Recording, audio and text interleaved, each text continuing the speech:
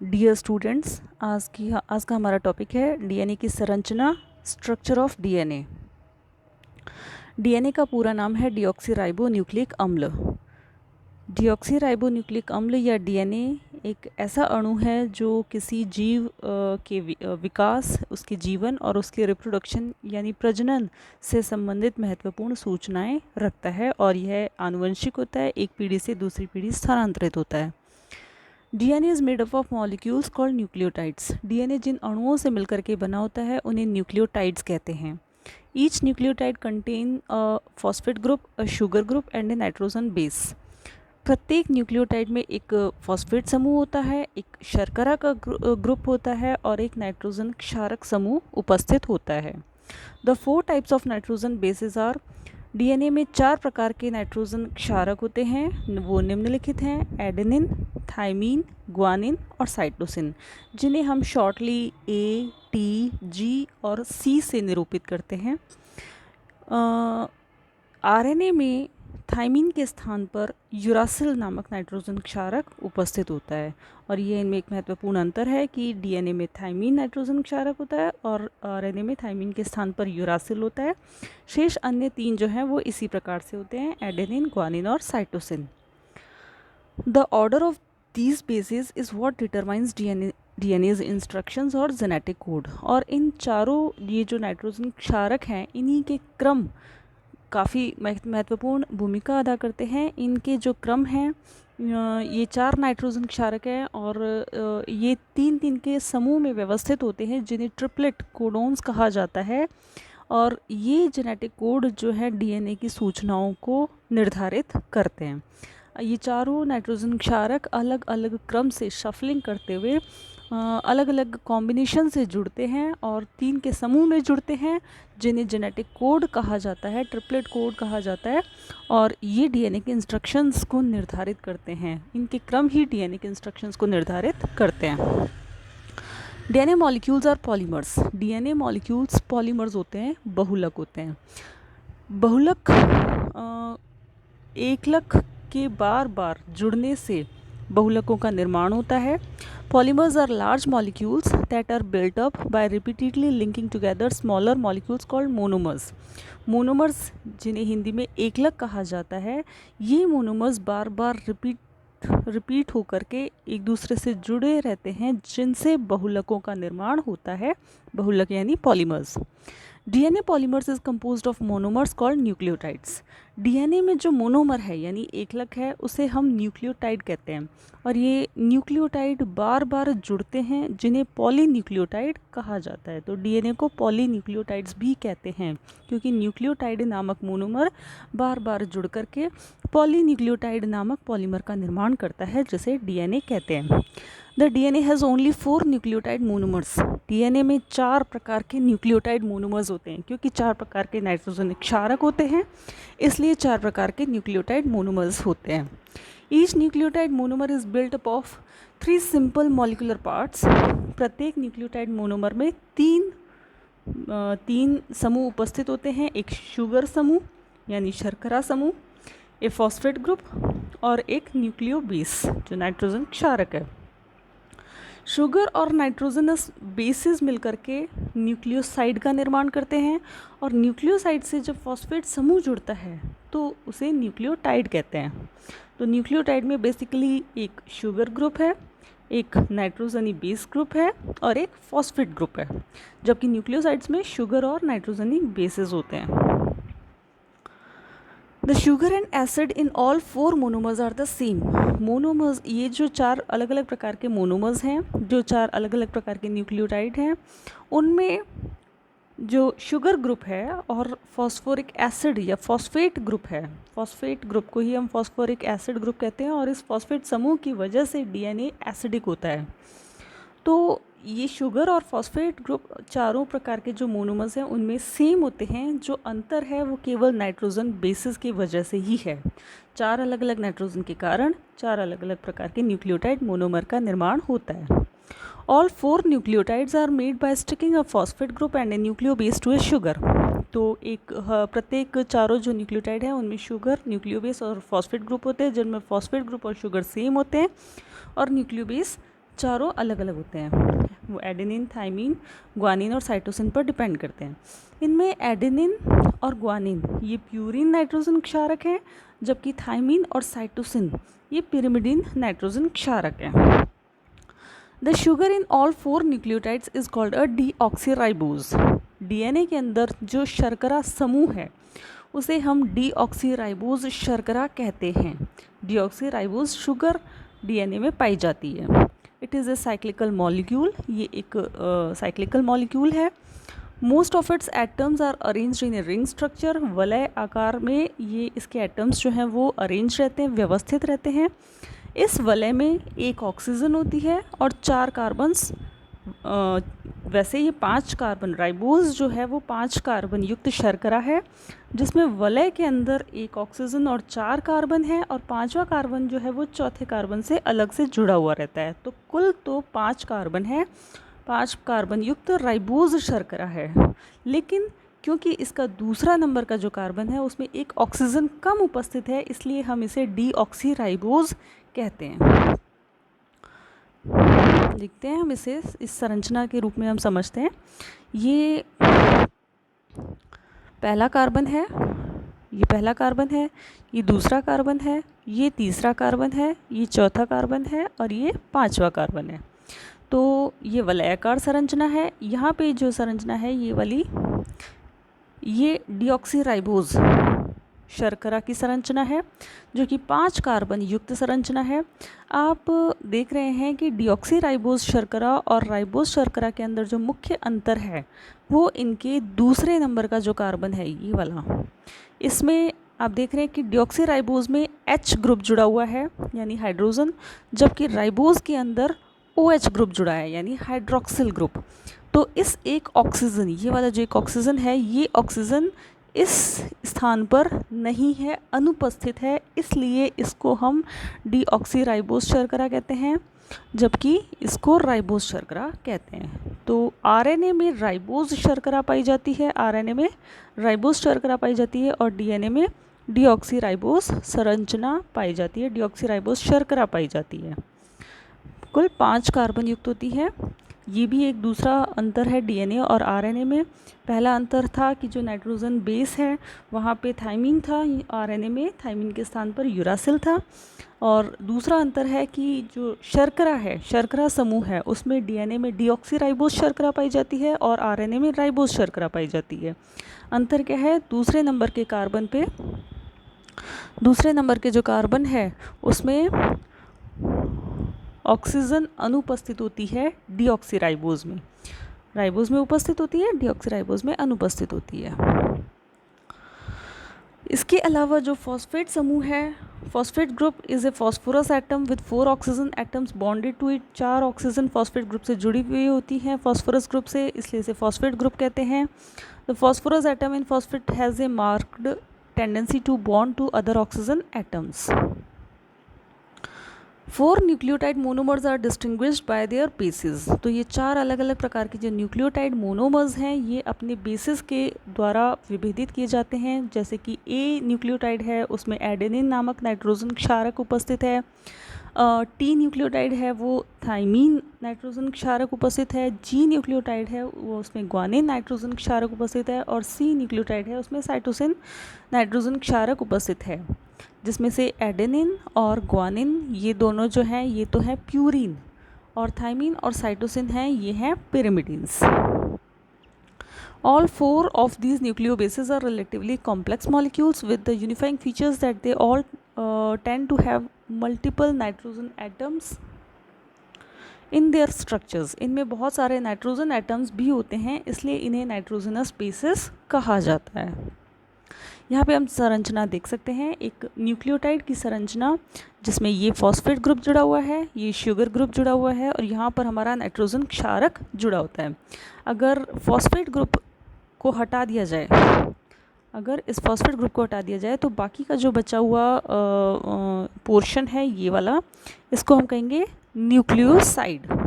और न्यूक्लियोसाइड में जब फॉस्फेट ग्रुप भी जोड़ दिया जाता है, ये भी जोड़ दिया जाता है, तब ये पूरा बन जाता है न्यूक्लियोटाइड। तो न्यूक्लियोटाइड में बेस, शुगर और फॉस्फेट समूह होते हैं। अब यहाँ पे आप प्यूरिन और पिरिमिडिन की संरचना देख सकते हैं। ये प्यूरिन की बेसिक स्ट्रक्चर है और ये पिरिमिडिन की बेसिक स्ट्रक्चर है।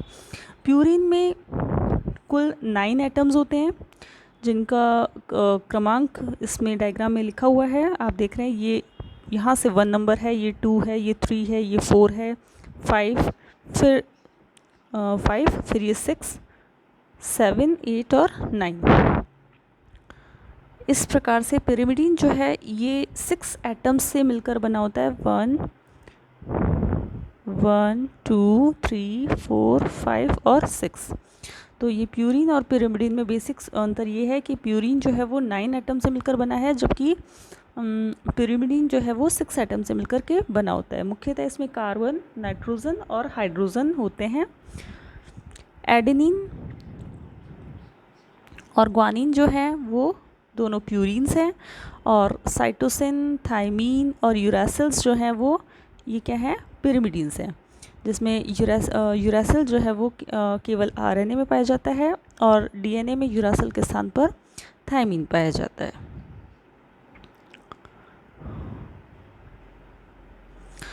Phosphodiester bond in DNA polymers connect the 5' carbon to one nucleotide to the 3' carbon to of another nucleotide। यहाँ पे आप देख रहे हैं ये जुड़ा हुआ है, यहाँ ये फॉस्फेट ग्रुप है, ये फॉस्फेट ग्रुप दिखाई दे रहा है, ये हमारा डीऑक्सीराइबोज शर्करा है, और यहाँ पे ये एडेनिन प्यूरिन क्षारक जुड़ा हुआ है। तो जो फॉस्फेट समूह है वो कौन से नंबर के कार्बन पे, अगर हम शुगर शर्करा के कार्बन एटम्स की नंबरिंग करें तो आप देख रहे हैं कि ये 1 है, फिर ये 2 है, ये 3 है, ये 4 है और ये 5 नंबर का कार्बन है।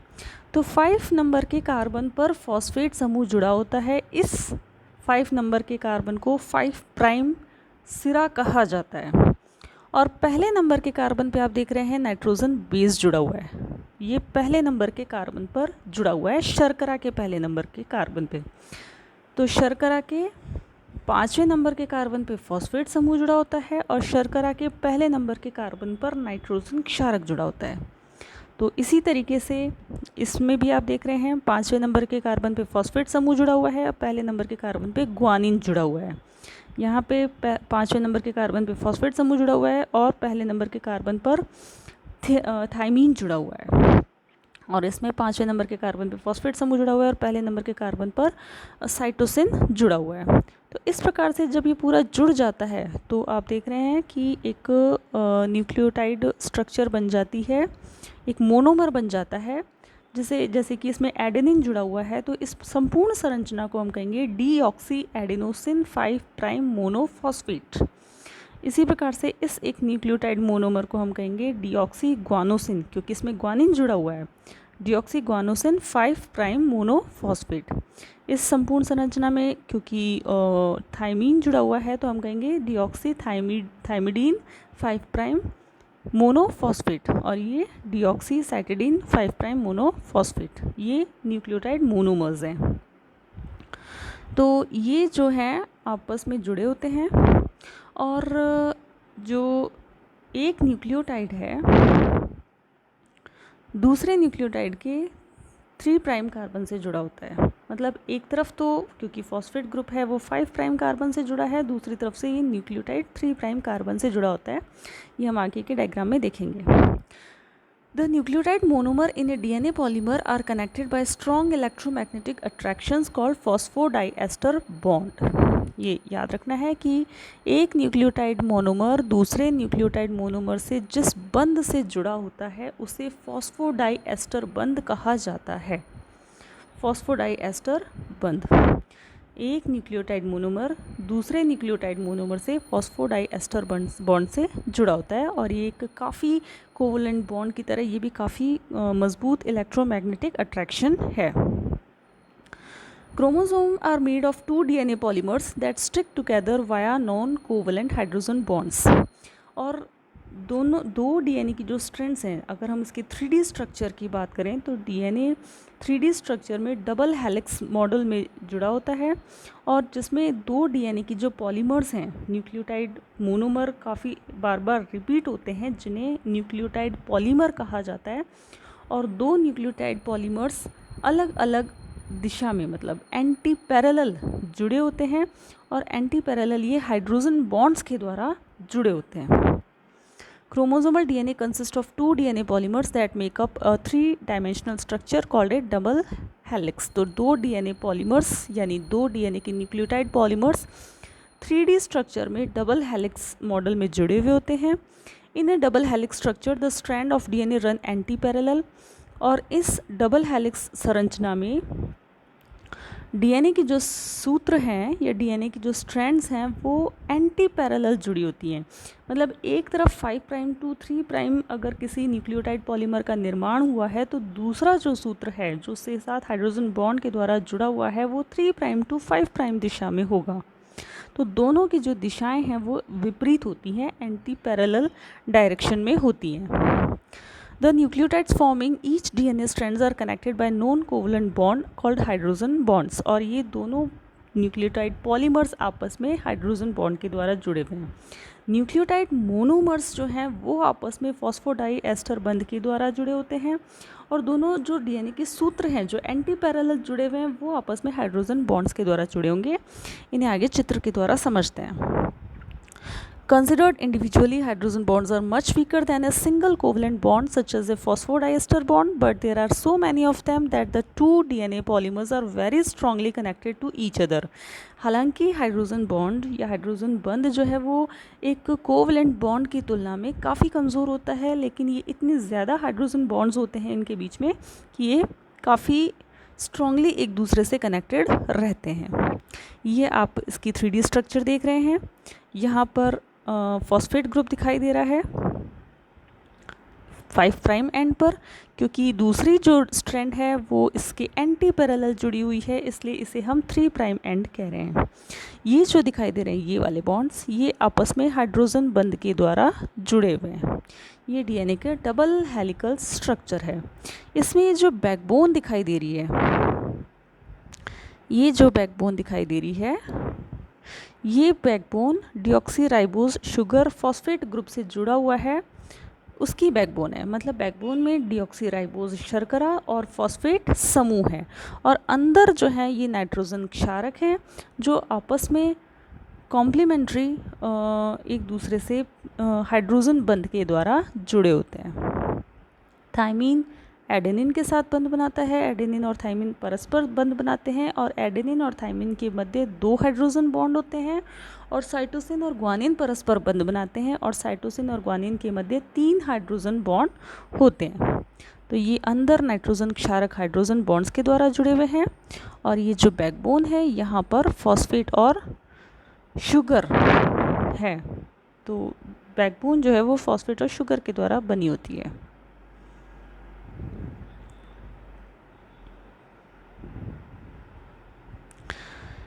ए न्यूक्लियोटाइड हमेशा टी न्यूक्लियोटाइड के साथ में बंध बनाएगा, 2 हाइड्रोजन बंध बनाएगा, और सी जो है वो जी के साथ में 3 हाइड्रोजन बंध के द्वारा जुड़े होगा। तो ए न्यूक्लियोटाइड जितना होगा, जितना परसेंट ए का होगा, यानी जितने परसेंट एडेनिन उपस्थित होगा, क्योंकि एडेनिन हमेशा थाइमिन के साथ बंध बनाएगा, तो उतने ही परसेंटेज या उतनी ही प्रतिशतता थाइमिन की भी उस डीएनए में होगी। इसी प्रकार से जितना साइटोसिन का प्रतिशत होगा उतना ही ग्वानिन का भी प्रतिशत होगा, क्योंकि ये दोनों परस्पर बंध बनाते हैं। जितना साइटोसिन प्रेजेंट होगा उतना ही ग्वानिन प्रेजेंट होगा। तो इस नियम को सबसे पहले चारगाफ, एरविन चारगाफ ने डिस्कवर किया था, इसलिए इसे चारगाफ नियम के नाम से भी जानते हैं, चारगाफ रूल, कि किसी डीएनए सैंपल में न्यूक्लियोटाइड जो है जितना ए का परसेंटेज होगा उतना ही टी का परसेंटेज होगा, ए और टी बराबर मात्रा में होंगे, और ग्वानिन और साइटोसिन बराबर मात्रा में होंगे, क्योंकि वो परस्पर बंध बनाते हैं।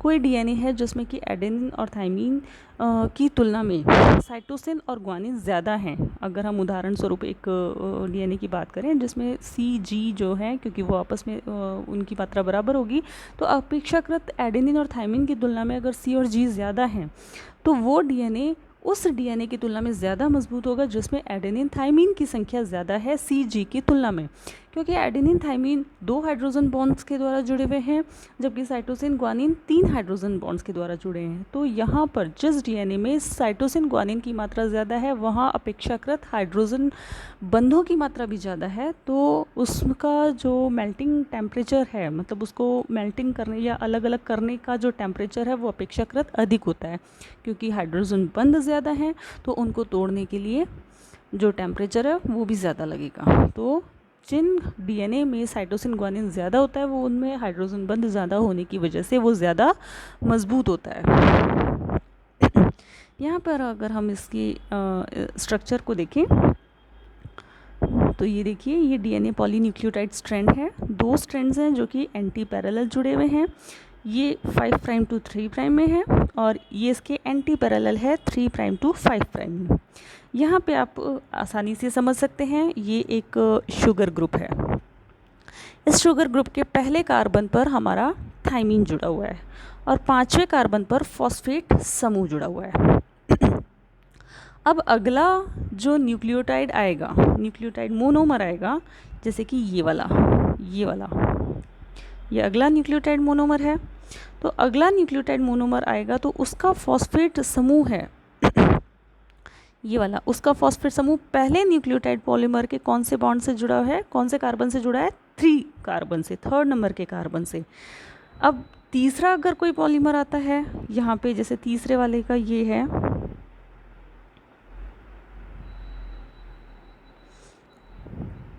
ये तीसरे नंबर का है, तो ये भी दूसरे नंबर के न्यूक्लियोटाइड पॉलीमर के राइबोज शर्करा के तीसरे नंबर के कार्बन से जुड़ रहा है।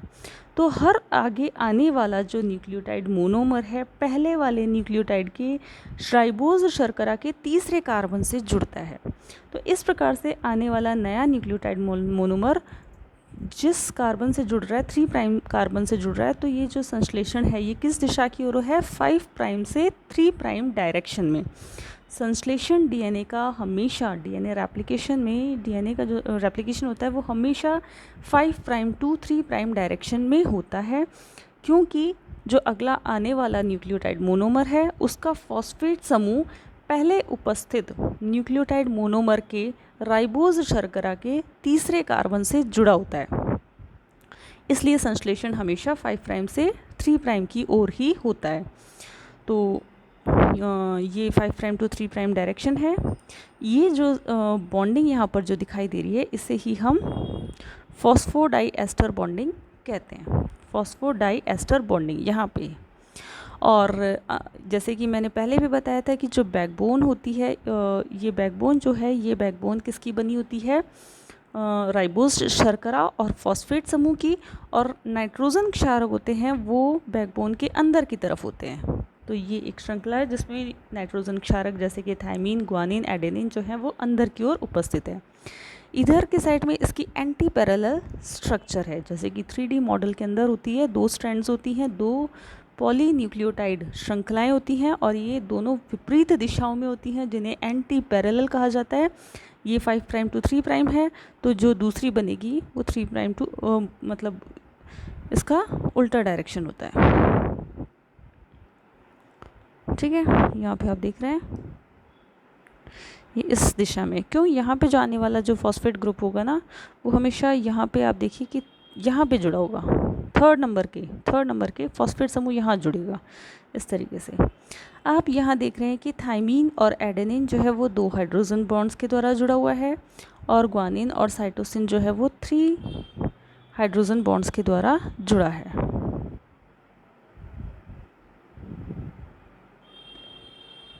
इसी प्रकार से एडेनिन और थाइमीन जो हैं वो 2 हाइड्रोजन बॉन्ड्स के द्वारा जुड़े हैं और साइटोसिन और ग्वानिन 3 हाइड्रोजन बॉन्ड्स के द्वारा जुड़े हुए हैं। The strands run in opposite directions, ये स्ट्रैंड्स ऑपोजिट डायरेक्शन में रन होती हैं इसलिए ये एंटी पैरेलल होती है। डीएनए के अंदर डीऑक्सीराइबोज शर्करा होती है, इसके दूसरे कार्बन पर हाइड्रोजन अनुपस्थित होता है इसलिए इसे डीएनए डीऑक्सीराइबोज शर्करा कहा जाता है। यहाँ पे डीएनए और आरएनए के मध्य प्रमुख अंतर दिखाया गया है कि पहला अंतर हमने बात की थी कि जो इसमें नाइट्रोजन क्षारक होता है थायमीन के स्थान पर यूरासिल होता है। दूसरा अंतर हमने ये है कि देखा था कि जो शर्करा होती है आरएनए में राइबोज शर्करा होती है, जबकि डीएनए में डीऑक्सीराइबोज शर्करा होती है। और तीसरा जो अंतर है वो ये है कि जैसे डीएनए में डबल हेलिकल स्ट्रक्चर है, मतलब दो स्ट्रैंड्स एंटी पैरेलल जुड़ी होती हैं, जबकि आरएनए में केवल एक ही स्ट्रैंड उपस्थित होती है और ये स्ट्रैंड भी 5 प्राइम टू 3 प्राइम डायरेक्शन में बनी होती है। इसमें भी आप देख रहे हैं कि जो बैकबोन है वो फॉस्फेट और राइबोज शर्करा से मिलकर बनी है और एक एक नाइट्रोजन क्षारक इनसे जुड़ा हुआ है। तो ये 3 प्रमुख अंतर डीएनए और आरएनए में उपस्थित होते हैं। Biological function of DNA, DNA के biological functions, main function DNA का जो है कि जैसे कि न्यूक्लियोटाइड्स हैं, तो ये न्यूक्लियोटाइड्स 3 के समूह में जुड़े होते हैं और उन 3 समूह को कोडोन कहा जाता है। A codon is a segment of double stranded DNA that is 3 nucleotides long. A gene can be thought of as many 3 nucleotides codon strung together. तो 3 के कोडोन्स, 3 के नाइट्रोजन बेसिस जो न्यूक्लियोटाइड्स हैं वो जुड़े होते हैं, इन्हें कोडोन कहा जाता है। A chromosome consist of smaller segments called genes. Chromosomes का जो स्मॉलेस्ट पार्ट है, जो इकाई स्वतंत्र इकाई के रूप में कार्य करता है, उसे जीन कहते हैं। Chromosomes are very long structures consisting of 2 DNA polymers. अब आप अंतर समझ गए होंगे कि हम किसे गुणसूत्र कहते हैं, किसे डीएनए कहते हैं और किसे जीन कहते हैं। क्रोमोसोम काफ़ी लंबी संरचना होती है जो 2 डीएनए के पॉलीमर्स के द्वारा बनी हुई होती है। ये दोनों डीएनए पॉलीमर्स परस्पर हाइड्रोजन बॉन्ड्स के द्वारा जुड़े होते हैं और ये हाइड्रोजन बॉन्ड्स किन के मध्य होते हैं? कॉम्प्लीमेंट्री बेस पेयर्स के मध्य, जैसे एडेनिन और थाइमिन के मध्य और साइटोसिन और ग्वानिन के मध्य। A chromosome is divided into segments of double stranded DNA called genes. DNA polymers direct the production of other polymers called proteins. DNA polymers, DNA से RNA बनता है और आरएनए से प्रोटीन बनता है। प्रोटीन स्वयं एक पॉलीमर है जो कि अमीनो एसिड नामक मोनोमर्स के रिपीटेडली ज्वाइन होने के फलस्वरूप बनती है। तो ये जो प्रोटीन्स होती हैं ये हमारे सेल्स में और हमारी बॉडी में काफ़ी महत्वपूर्ण रोल प्ले करती हैं और काफ़ी महत्वपूर्ण सूचनाएं लेके जाती हैं। इनके फलस्वरूप कई अलग अलग प्रकार के फिनोटाइप्स हम देखते हैं। तो डीएनए पॉलीमर्स बेसिकली इन प्रोटीन जो पॉलीमर्स है इनको निर्देशित करती है। Thank you.